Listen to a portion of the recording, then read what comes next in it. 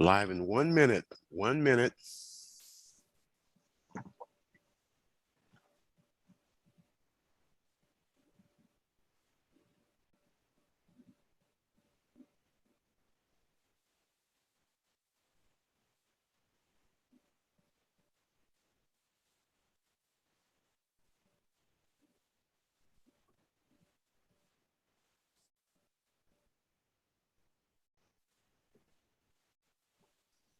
Live in 30 seconds.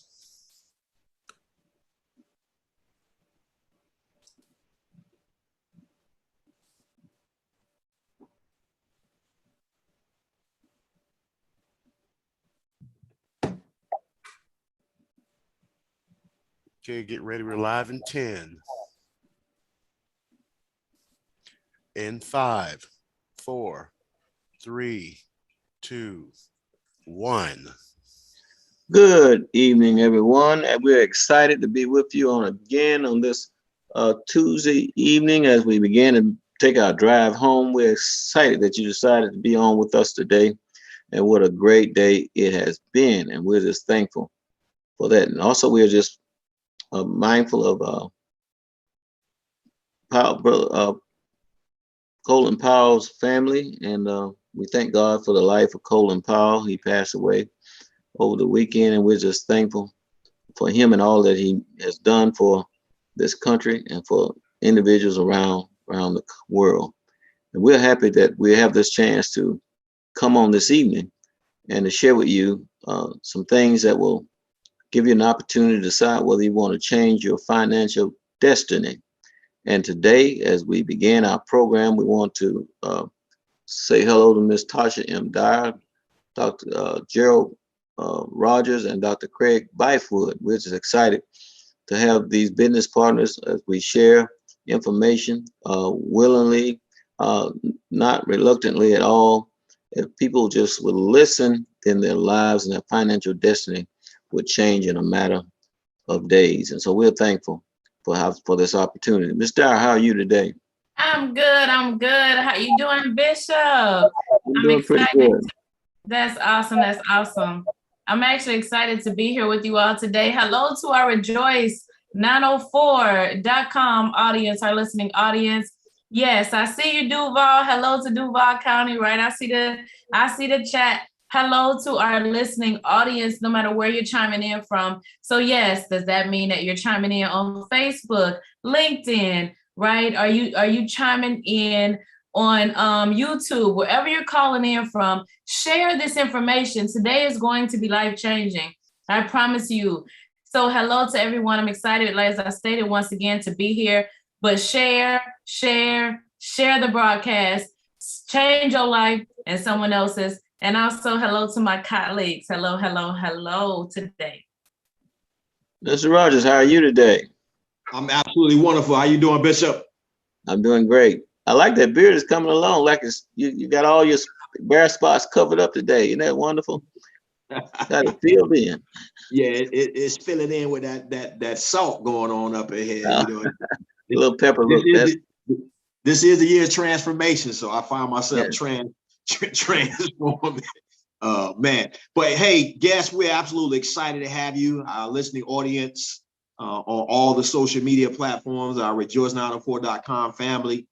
Absolutely excited. I know we have some information that's going to be valuable this evening. Excited once again. Thank you, Bishop, once again for always, giving us to be able to take some scriptures and put some feet to it. So we thank you, and to my colleagues, the trade whisperer, Ms. Tasha M. Dyer, and the finance doctor, Dr. Craig Byfoot, and once again, our listening audience. Hey, wherever you're following that on social media, we definitely want to say thank you to the Rejoice 904 family. But hey, do us a favor, share this information, like it, share it, like it, share it, like it, share it, like it, share it. Wonderful. Dr. Byfoot, how are you today? I am doing outstanding, Bishop. Thank you for always being our fearless leader on this broadcast. To my esteemed colleagues, to the radio broadcasting audience, I bring you greetings from the Be Your Own Bank movement. I also, Bishop, would like to take a quick shout out to General Powell and everything that he's done to this country. And if I could make a quick analogy, one of the reasons why we love him beyond all of the things he's done is that he was the highest ranking African American ever in the history of our country. And when we think about things like that, it's not about being African American. What it's about is there being a situation where you just did not think you could reach a certain level, and then you see someone do it and you know that you can. So whether it's about Absolutely. being a female or being wealthy, there are people on the phone, on the call, on the radio broadcast right now who did not think they could reach a certain level of wealth. But we are showing you, we're Colin Powelling as a movement, letting you know that you can reach any level of wealth and abundance that you can, even if you hadn't seen it prior to now. So I would be Absolutely. wealthy. I'm gonna just put that out there. No, I'm just Miss Dyer, you have anything to say? You're the only. Well, you're not the only one. But you're the highest ranking soldier on our show today. no, I said I knew I was gonna be wealthy. No, Yeah. it's a mindset thing. It really is. I was just co-signing what Dr. B said, but it's a mindset thing. Yes, absolutely, absolutely. I just We didn't have, know a, how. we have a scripture today that we want to take a look at. I think that talks about that possibility for everyone to move beyond anxiety. We have everybody's on some kind of anxiety, something. Anxiety. All our children are either smoking or eating weed because they say they're angry. The anxiety is there. Eating weed. Well, they got the little gummies, cookies, cake, brownies, so they're either smoking it or eating weed. And so we just want to talk about that a little bit as it relates to our economics situation. And Ms. Dyer, you have a passage of scripture we want to take a look at. That's Matthew 6. You know what I want you to do, Ms. Dyer? I said 25. I want you to start with 24. And it's safe. It's no big words in there. No, that's not what it is. You got to let me pull it up. Now, if you want somebody just to pull it off the top of their head, you got to talk to the visionary. No, the visionary. I still got to open the Bible. He's ready. He's ready to give an answer. He's ready to give an answer of the hope that lies within him. And so we was excited to have him on here with us. We just honored and elated just to be at his feet today.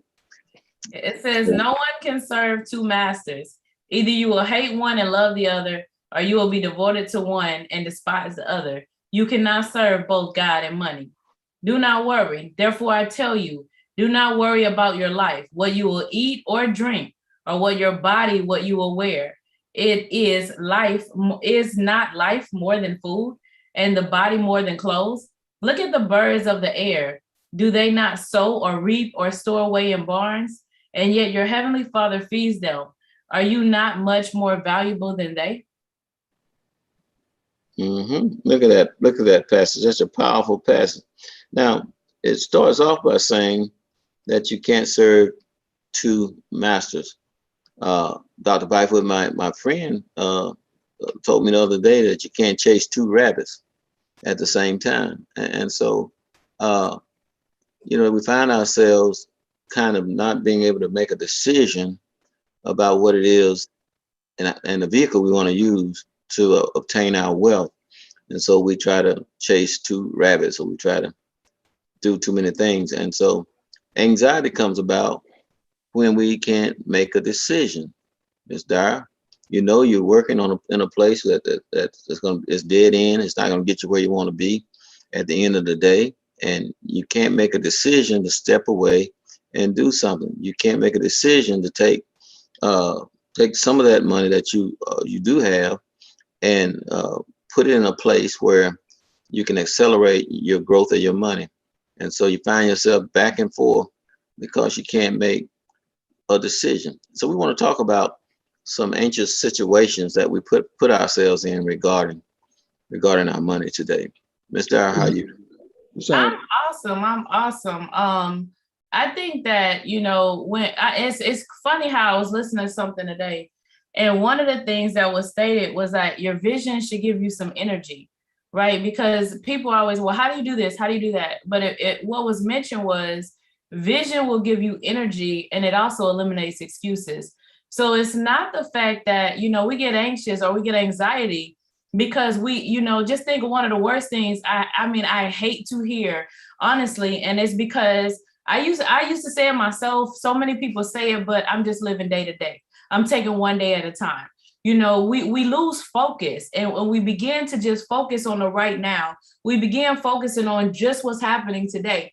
We began focusing on only what's transpiring in this moment.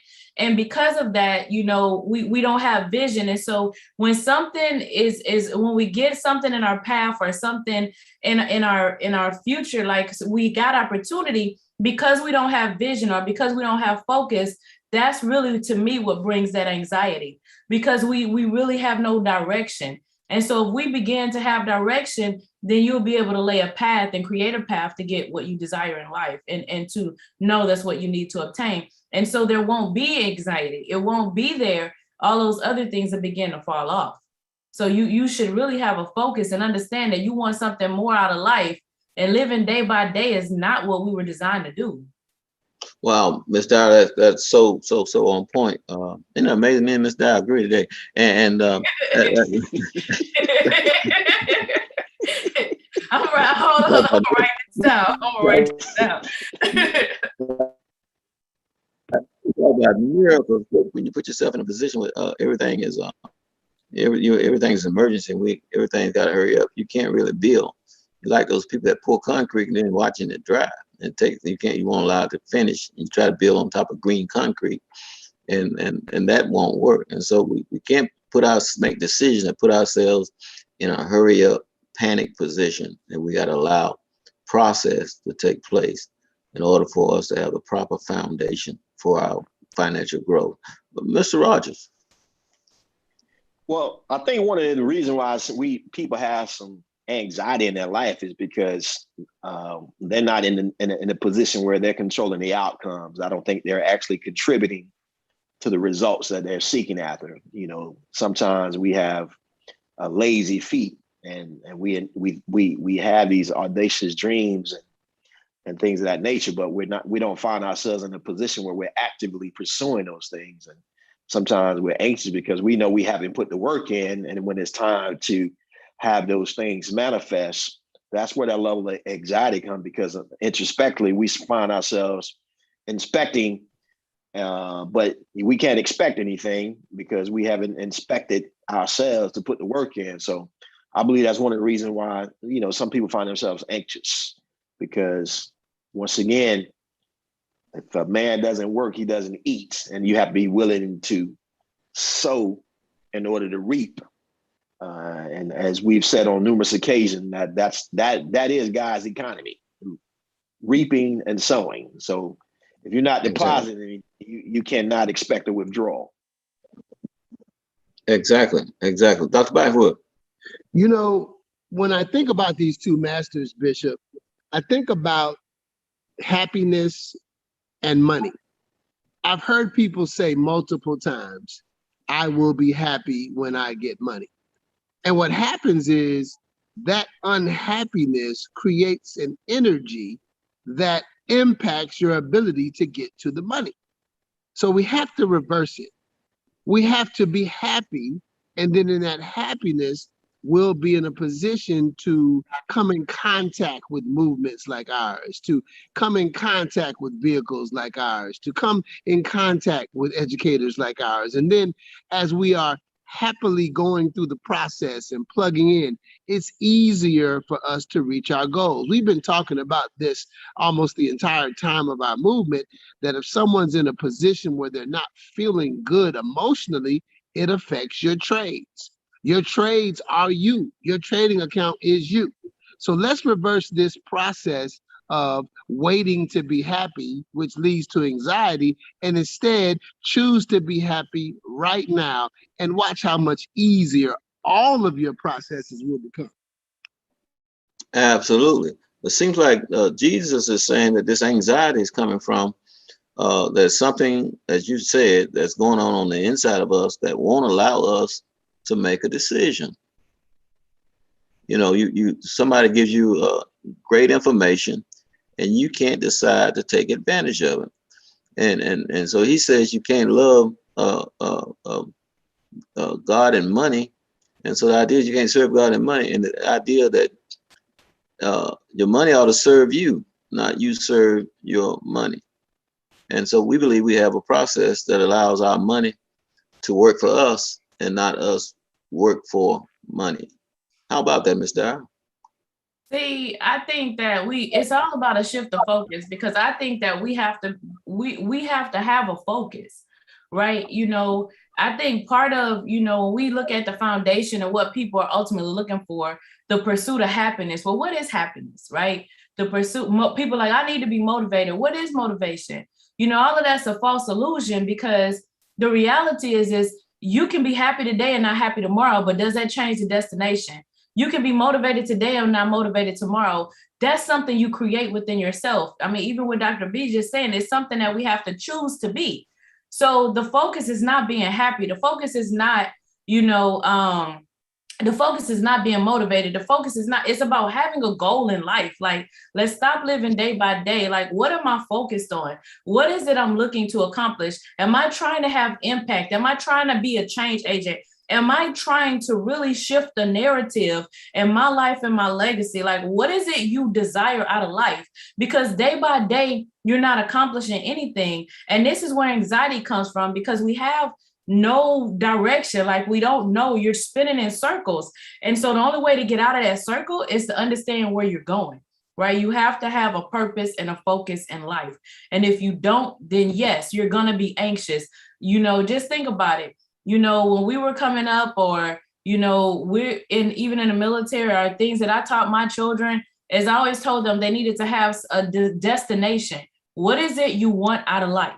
And because you decide you want something and you plan backwards, and everything you do along that plan, everything that you do along that path is part of the plan, like where you're going. I don't care. And so that's why I often tell you, feelings don't matter. You know, your feelings don't matter when you're along the journey, because some days you feel great. Some days you don't feel great. Some days you want to be there. Some days you don't want to be there. But at the end of the day, you know where you're going, and you have to accomplish that goal.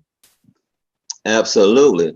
And so was it you, Mr. Rogers, back when you were trying to teach me a better way, that you told me I can't get on the platform and chase money? Yeah, that's one of the things too, because because if that energy is there, then we always want to make sure people pursue the skill set. Mm-hmm. And if the skill set is not present, then happiness happening. For me personally, over the last 7 days, there's some things that were happening to me personally that wasn't favorable. I mean, we all go through things, and this is the thing that I think Ms. Dyer was speaking about, understanding the end destination. Sometimes we find ourselves that, I know for me, I've been able to distinguish the difference between being happy and having joy, because that joy is that thing that's on the inside of me, no matter what is happening outside of me, because I know that the end result. And then when we drop down to verse 33 in this verse, as we're seeking the kingdom and his righteousness, everything that I'm in need of shall be added unto me. And the only way I'm able to endure the things that I'm experiencing now is because I realize where I'm headed, and I operate with the end in mind, because physical challenges in my body over the last seven days, personal attacks on my character, my integrity. But because I know where I'm ending up, there's no anxiety, there's no anxiousness, and I'm focused on the end result, because I understand that I cannot take no thought for tomorrow, right? I don't have any control of any of those outcomes. But what I do have is the choice to believe the outcome that is going to be beneficial according to the word of God. So we all have to endure things, because we don't always feel like doing what we do, right? People look at us and, think we're exempt. We have to deal with some things, some innuendos, some verbal attacks on our integrity and our character and why we're doing what we're doing. I deal with this stuff every single day, but I'm anxious for nothing. because I know who holds my tomorrow. Yes, Yeah. tell them. Absolutely. You finish out, Miss Dar. No, I'm a co-sign on that. I have to co-sign. You know, everybody thinks it's just glorious and they see the result, but you don't see the labor that's going through it.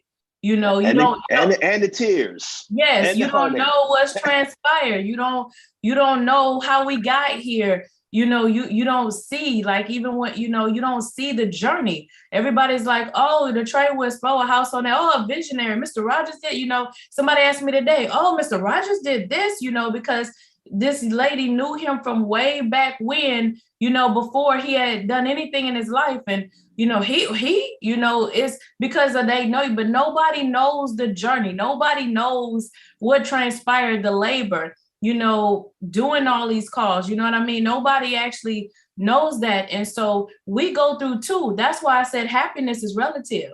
Because it's days that you don't want to get up. It's days you don't want to be. It's days, right? We're real people. But we understand the destination. And we understand that 2 million families financially educated and impacted is more important than how I feel today. Mm-hmm, mm-hmm. And you have to keep moving and make a choice. It's a decision that you make that I'm going to pursue this information. Dr. Byfoot. You know, as we continue to describe this process and give spiritual advice on how to deal with anxiety, I thought about the fact that recently a family member of mine gave me some crabs, extra food that they had from an event. So, you know, individuals that actually go out and capture these crabs, or they do what is called crabbing, they use buckets and they never put a top on the bucket. And the reason why they don't put a top on the bucket, radio listening audience, is because anytime one crab will begin to climb out and go to the top to escape to freedom, the other crabs will simply grab them and bring them back in. So one of the things we have to think about as we manage our anxiety is, who are the people that are around us and what are they speaking into your life? So the testimonies that Mr. Rogers and Ms. Dyer just gave are about us speaking life not only to other people, but also speaking life to ourselves. So I remember distinctly about 10 years ago getting what I thought was a very good appointment to run a company. And when I told a very close family member to me, their reaction wasn't what I thought. And they said to me, well, what do you plan on accomplishing with that? And at that moment, I had one of those in the movie flashbacks. And I thought about everything that person had ever said to me. And I didn't even realize it, that they were always crab in the bucketing me. So I simply made the decision not to share my testimonies with that family member anymore. But the real point I want you to walk away with, the real point that we can take to handle and manage our anxiety, is sometimes it's so subtle, it's so subconscious, that we begin to crab in the bucket ourselves. When you talk about what you aren't and what you can't do and what you haven't done and you've never done this and you never do that, you're doing that. So just the same way I had to recognize what this family member was saying, recognize those thoughts and those words in yourself and love on you first so that you can accomplish all you can to economic freedom. Yeah, what does that do to the energy in the room when you have something that you want to share, that you're excited about, and then the first thing somebody that you care about has to say is something negative? I'm gonna tell you, I remove myself. I'm not doing it with anybody, right? If I got frustrations, just like, you know, you see this a Poppet, right? This is my daughter Poppet. So I just sit here and I push on this. But like, I literally was, you know, in a I was in a, I'm gonna just let me throw my family out there. I'm gonna roll them right now.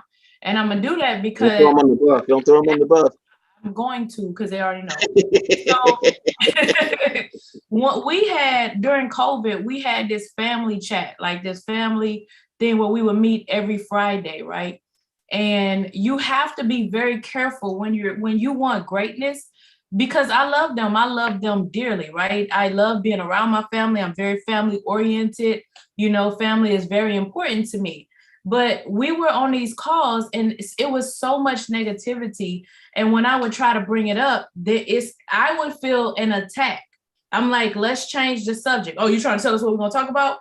Well, guess what? I started removing myself from those Friday conversations. I started removing myself from those Friday Zooms because I cannot sit in energy. And then, like, I do believe in learning our history. I believe in that. But you know, they wanted to do like these book clubs and these weekly books, and some of the things that they wanted to read is about bad relationships or, you know, slavery and how people still trying to keep us down. And, you know, and I'm like, you know what? Here I am. I'm like, let's read Think and Grow Rich. You know, let's read something that's going to shift our mindset. Let's understand the power that's inside of us. And it's like crickets. Nobody wants to touch that. Nobody wants to read that information. And I say, you know what? I just kindly removed myself from the situation. I kindly removed myself from it. I didn't remove myself from my family. I love them, right? But you're just going to have to watch me work. You're going to have to watch me from a distance because I'm not putting myself in those situations. So sometimes you have to, right? You know, you have to be your own best friend, right? You have to speak that life into yourself. And if it's anything if it's anything that's a negativity or and we want to wallow in certain, you know, and our focus is, I mean, just think about it. What transpired during the election, the politics, people attacking me. What's going on right now with COVID, right? People, oh, you vaccinated, you unvaccinated, right? All of these things back and forth, you know, it's negative energy. And I will not participate in that. I will not, because I understand, like somebody just put in the chat a few minutes ago, you understand the assignment. I understand the assignment. And so I have to be very careful what I feed myself. Exactly. How about that, Mr. Rogers? Well, most definitely. I mean, and you know, even sometimes, you know, even the ones who share our same last name, and sometimes, you know, we all have those moments, and Jesus experienced it even with Peter. You know, Peter had the revelation that you are the Son of the living God, and in the same sentence, he told him that he wasn't going to finish his mission, and he, you know, Jesus had to rebuke him. So sometimes, you know, we do have to be careful who we lend our ears to. And my thing that keeps me healthy, even when I experience anything like that, my concept is, you know, my in my mind, the loudest voice in my mind is what God says about me, and then the second voice is me being in agreement with what God has already said. And if any voices are not equal to that, then, you know, they get kicked to the outer perimeter for a season. Wow. Out of the circle. You're not in the circle anymore. You got to get out of the circle. Yes. The circle of trust. Yeah, For my, the circle. the circle of trust. Yes. You know, Bishop, the four of us are really speaking truth right now. And I want to piggyback on something that Trey Whisper said when she said, I chose not to participate, but I still love my family. So part of managing anxiety is for us to be able to change our perception of those people while it's happening. I say this all the time. People do not do and say things to you. They simply do and say things. If you suddenly disappeared off the earth, they'd still be saying the same thing. They'd still be talking the same way. So it helps us to manage our anxiety when we don't take it personal. Here's something that I share with life coaching clients sometime when they have an issue, especially with a parent or an older family member. Every single person went through a childhood, and those wounds, those experiences that we went through, they impact you. So when you have an issue with a family member, just picture them as being a child crying. The small inner child in front of them is crying out. And that's why they're angry. That's why they're saying what they're saying. We don't get attitudes with children. So sometimes when we do that, it makes it easier for us to follow the dire rule, where I will remove myself but still love you. Wait, we don't get attitudes with kids? I'm sorry. Oops, my bad. What kind of rule was that? Wrong group. I thought this was Child Care Professionals of America. Oh Lord. And so Jesus makes it clear that we have to learn to prioritize what we're doing, what we're trying to pursue. Because again, you can't chase two rabbits at the same time. One's going to go one way, one's going to go the other. And so he says, you can't serve two masters. You either hate one and love the other. And the word hate here seems to mean to love less. And so you will have a greater desire, have a greater influence on the direction that you take than the other. And so the struggle to prioritize what's important, whether or not I'm going to spend my $100 this weekend trading, or I'm going to spend my $100 at Red Lobster. It's the same $100 that you got. You have to make a choice how you're going to spend it. And that causes a lot of people anxiety because they're worried about,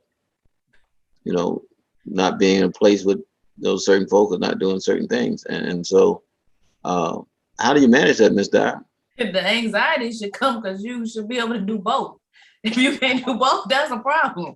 But if I can't go out to eat and trade, that's a problem. That means you have to do something different. You have to do something different. If making a choice to do something different is where the anxiety comes from. But that's what I mean. You have to stop living day by day. You have to understand and recognize that what you've been doing isn't working, and you have to put yourself in a position to really elevate and shift that narrative in your life.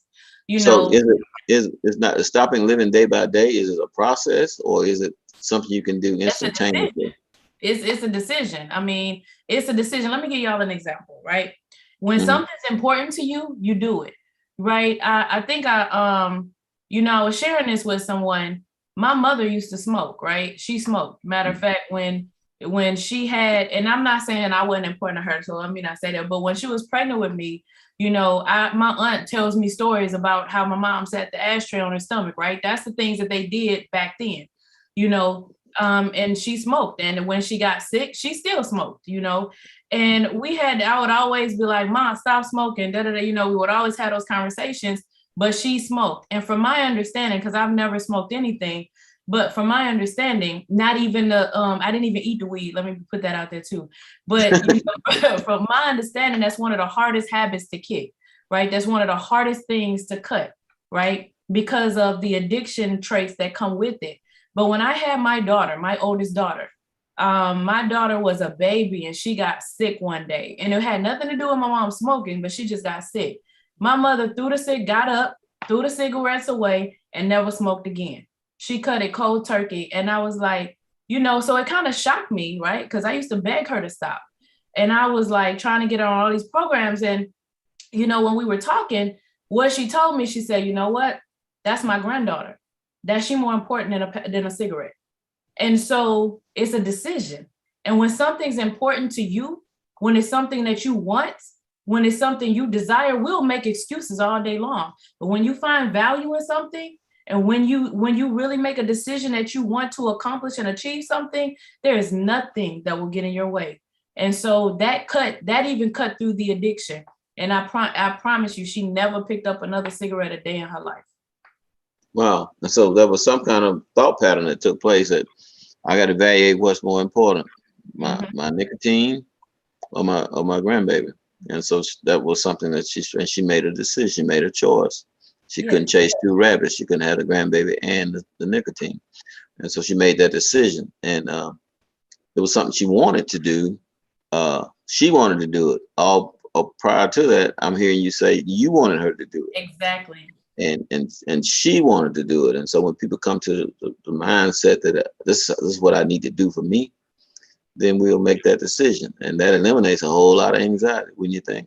Absolutely. Mr. Rogers. Yeah, I think too. I mean, I'm really even in this scenario that you just made mention of trading or going out to Red Lobster. And so what that makes me understand is it goes back to everything that we talk about. What we find value in, we will always make the necessary adjustments. And I think one of the things too, though, from a cultural standpoint, and unfortunately, and even from a ministry standpoint, we've made people from a leadership perspective, based on my synopsis, that we've not made a wealth as a part of the heritage, particularly from a cultural perspective. And people have been shunned tremendously because they've had a desire to accumulate wealth. But I think there's been a lot of misgivings and a lot of misteachings regarding the purpose of it. And when I think about, Deuteronomy 8:18, God says that it is I that give you power to obtain wealth. But I think the part of that which we've not articulated in the manner in which it should be is that the covenant may be established. So now we have opportunity to invoke and elicit the way the kingdom should be ran. And that's a part of things that now, and this is one of the reasons why I believe in so much in the movement and what we're doing, because having the ability to reinvigorate and reinstitute the purpose of money. And I think you said it earlier, Bishop, money is a tool that we should be using it and not us being used by it and abused by it, or the lack not having it. We end up being abused and we abuse others, and it creates an anxiety in relationships from a marital standpoint, from a legacy standpoint, a community standpoint. So at the end of the day, this is something that we have to continually speak truth to power so that this misnomer can be erased. And it's a tool, but the tool, when it's not in the hands of the right people, becomes an abusive tool. And when it's not in the hands of the people who desire it, it becomes an extraction from society, because we withdraw because we don't have it. So that's where anxiety comes from as well. Wow. And I think that we have a list of things that we will talk about in a few minutes that I call anxious money, because you mentioned one of them is the lack of is an anxious money. And then that rolls over into other processes. Dr. Byfoot, Yes. are you out? I'm sorry, sir. Go ahead. I think that we should add to this process that we need a process. It helps you with anxiety when you have a way to manage what happens to you, to manage how you feel about what happens. The Bible is clear when it says, "Be ye angry, but sin not." So it's saying, it's okay to feel what you feel. It's okay. I don't know if anybody's ever been playing sports and they got the wind knocked out of you, but you can make all the decisions you want, but you just need a minute. You have to be able to just get back to that point of neutrality before you can move on. So allow yourself to feel what you feel, but just respond in a Christ-like way. Have a process of what you do when you feel what you feel. Because oftentimes what starts anxiety for us is we are so hard on ourselves for feeling what we're feeling. We're attacking ourselves because we're mad. But allow yourself to feel it and then sin not. Exactly. Now, in verse 27, it says, which of you by being anxious can add 1 cubit unto the measure of his life?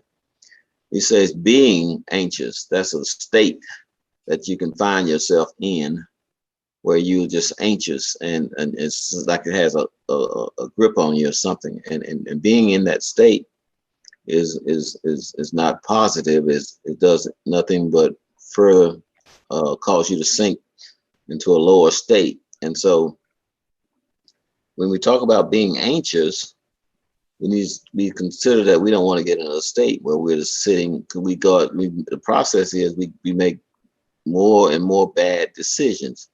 The lack of money causes us to pull out that credit card and pay 20 to 30% interest on a few dollars on that lunch that we talked about. I think those credit cards many times are anxious money because we just putting pain on top of pain. Okay, I want to go out. I want to go out to dinner, and so we just charge this dinner on this card, and then we keep doing that, and then we wind up paying this tremendous amount of interest on $100 dinner. End up costing us $130 because of the interest, and so. What does it stop when we find ourselves in that state of anxiety? It's a state. It's not just a minute or a moment, but it's a state of anxiety, and that's where it really gets dangerous because we start deciding to use what I call anxious money. I mean, think about it. We in that cycle right now, Bishop. You talking about food, but what, once you get past October, what do you see start coming up? Christmas lights, Christmas gifts, Christmas commercials. Not one Christmas, not any My of birthday's coming up. My birthday's coming up. That's what's coming up, Miss Di. November. The day after Thanksgiving is my birthday. That's coming up. That's Black Friday. Right.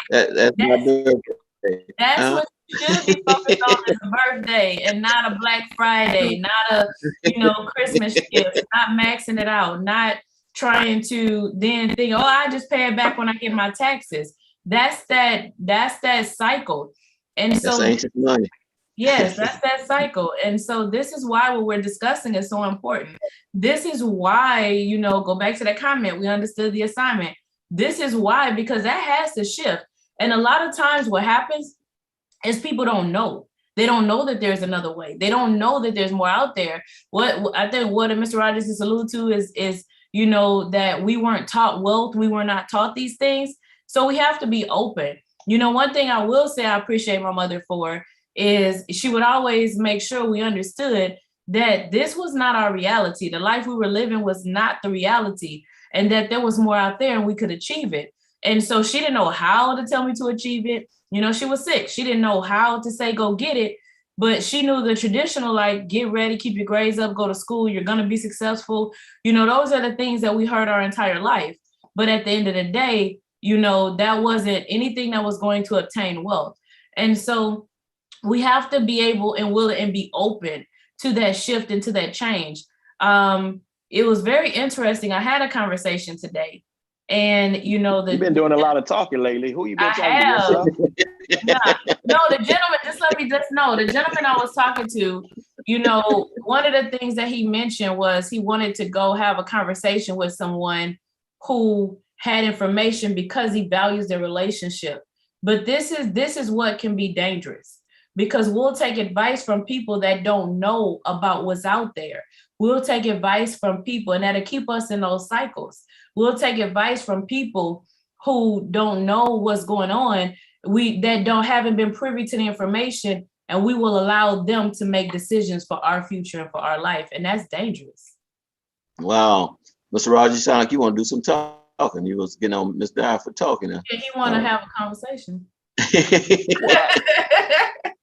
I think too, when we look at, for me, I'm just thinking about, the level of anxiousness that could happen to all of us. If for me personally, if I wasn't anchored and rooted in God personally, because man, those voices do get real loud, right? Yeah.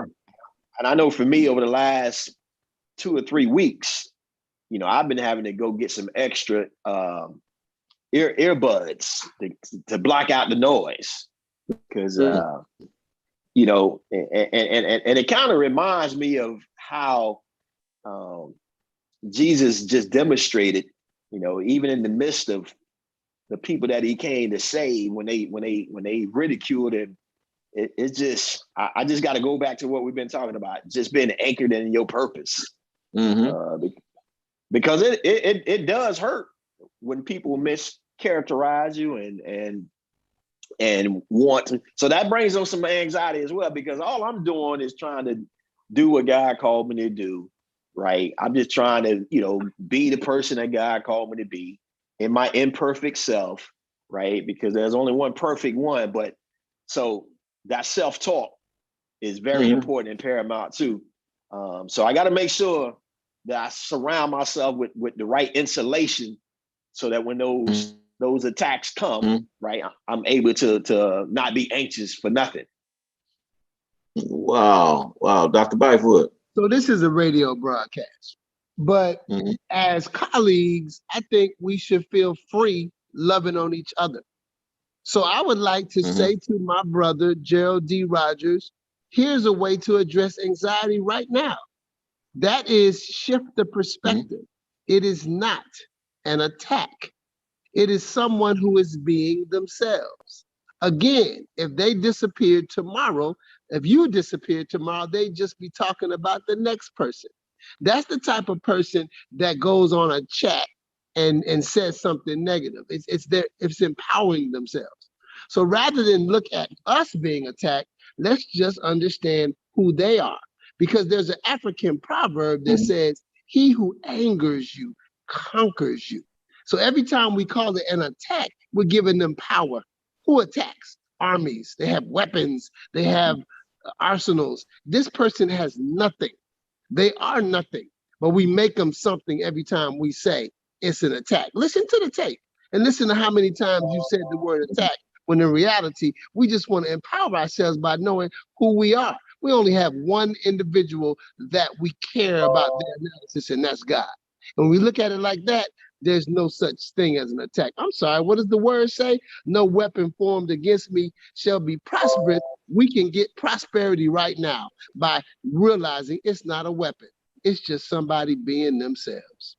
I'm gonna just recommend everybody get a Pop-It so you can just, What is that? It's like something for Easter eggs. No, I have no idea. These little things that be on the commercials, and they just like be pushing a little. It's real retarded, but yeah, it's real. It's a long time since I had a 6-year-old, so.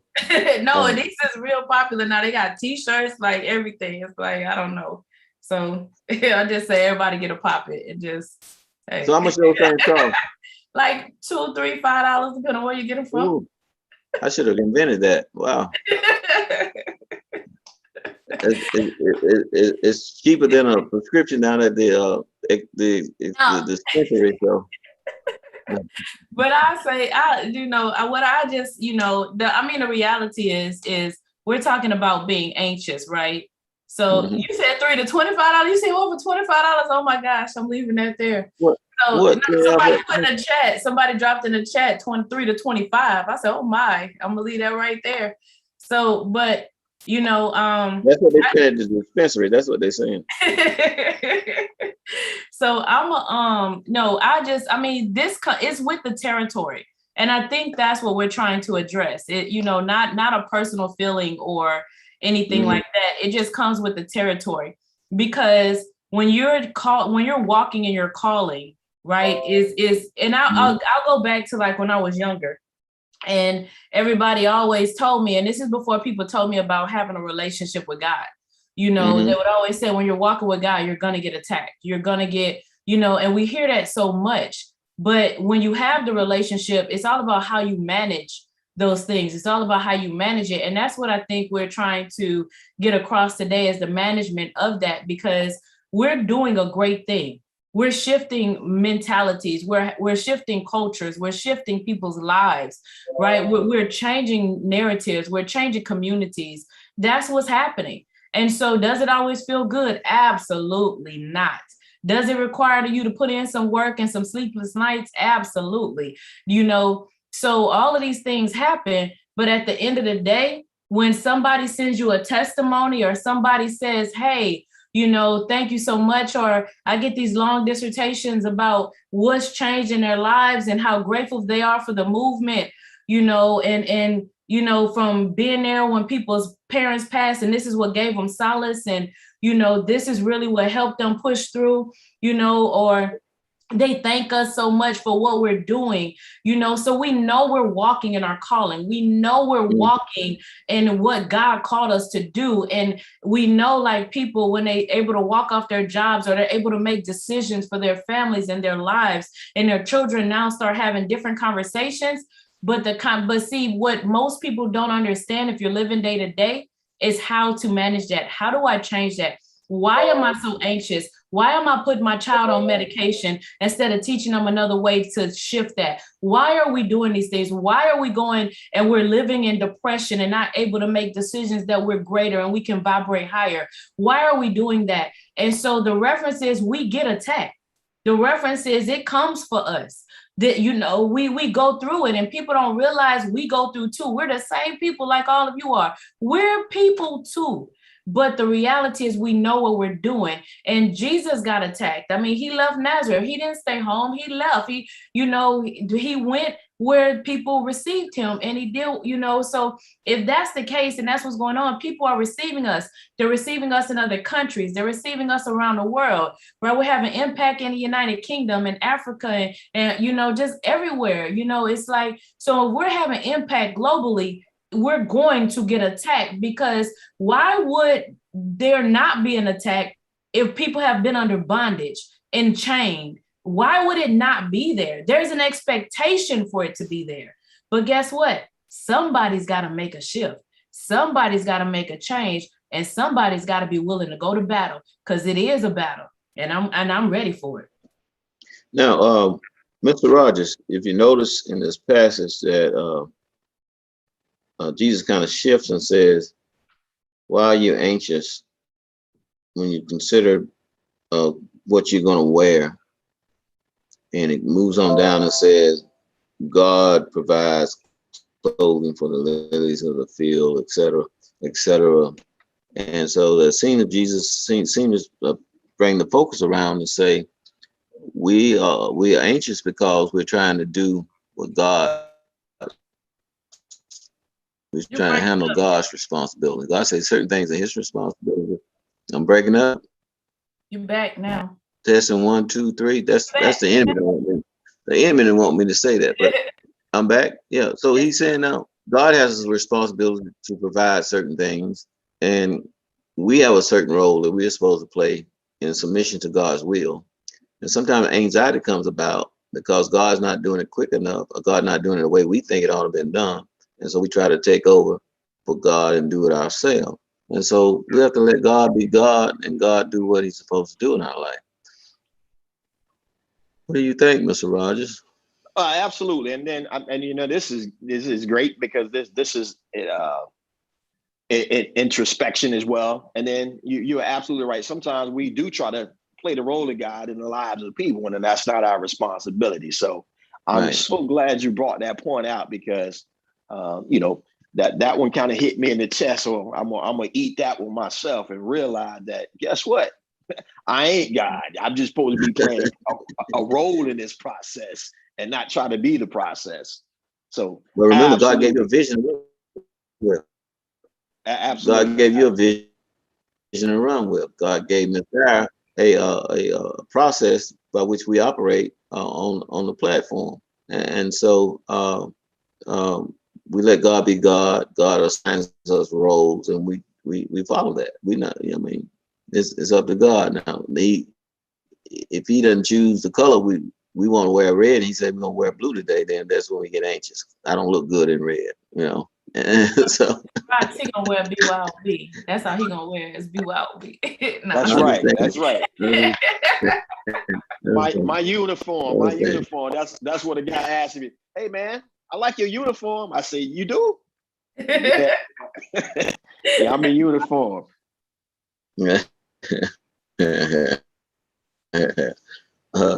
But Dr. Bytewood, you know, Dr. Bytewood still there? Yes, I still am, sir.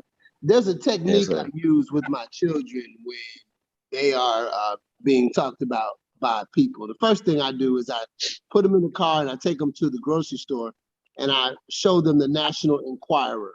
And I remind them that only the beautiful people get on the cover of this magazine. Only the beautiful people are the ones that get talked about. Only the strong, only the successful, only those that are doing good and are good or being good are the ones that get talked about. So it just provides a new perspective. But something else I share with them is this.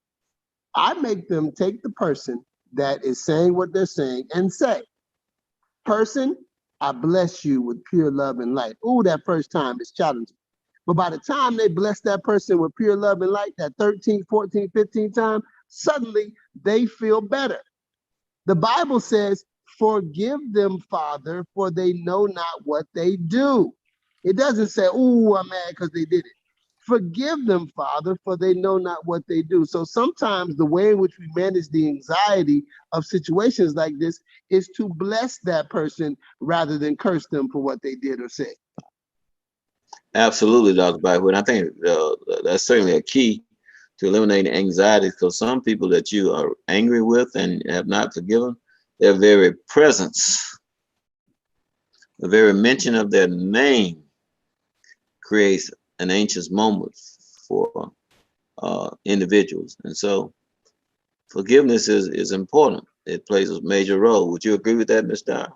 Oh, absolutely. I walk in positivity. You know, I walk in forgiveness. There was only one time in my entire life that it was hard for me to forgive anybody, and I watched God work through my life. And if you read our book, the Women Teach Forex chapter, you'll understand why. All right. So yes, go get it. Be your own bank, hidden in plain sight. I'm not going to leave the clues. You need to go pick up the book. But it had to do with my children, right? So it had to do with my children. And so outside of that, you can't faze me because I know where I'm going. I know what I'm called to, right? I know that. And see, that goes back to the point that I opened this up with. If you don't understand what your purpose is in life, if you don't understand what your vision is, if you don't understand what you're supposed to be doing, then you get distracted. And those are nothing but distractions. So if a distraction comes, if you're not in the path and on the same vibration as I am to where I'm going, you know, does it always feel good? Absolutely not. But sometimes the pruning has to happen. And when the pruning happens, I'm okay with it because I can shake it off and keep going. People don't bother me. I know what I'm called to, and I know what's going to manifest because I know I'm focused on what God has called me to. It's all about what God has called me to and not other people. Absolutely, absolutely, Mr. Rogers. We got 5 minutes left, so make it succinct and positive and powerful, and then we'll allow Dr. Byford to do the same, and then Ms. Dyer will close us out with how people can contact us and be a part of what we do. The confidence knowing is that if we apply and we just simply show up and do our part, then that's what, you know, the remainder of the story lets us know. You know, we're going to do our portion, allow God to be God. Mm-hmm. And then the result is because he's benevolent in all of his giving, then there's nothing that he will withhold from us if we're focused and purpose on doing what he's called us to do. And that's kind of why we are so adamant and why we know that this movement is paramount, because we're having impact, not only from a financial perspective, but we're having people really understand and come into a totality who they are as the individual, and helping them understand that it is okay to have desires and put yourself in a position where you can truly be a blessing. Because that's really, when you think about from a biblical perspective, the purpose of you and I having wealth is really to be a blessing to other people. That blessing could be financial information, or it could be actually finances, but just the totality of being a whole person. And when we're a whole and complete person, then we are really able to be a blessing to other individuals. So that's the most important thing on how and why we understand the end result. And because of that, this vehicle, this movement is, once again, and for our listeners, this is not about the individuals who are here. We're just the vessel at this time, because if it's perpetual, if it's of God and we believe it is, then some of you that are listening, then in some point you will be speaking to a different ears and different audiences, because we're raising up people to continue the work. Amen. Can I say something before we close out? You know, just kind of. We're gonna give you the last word. No. This is not about that. It's about what Mr. Rogers just said.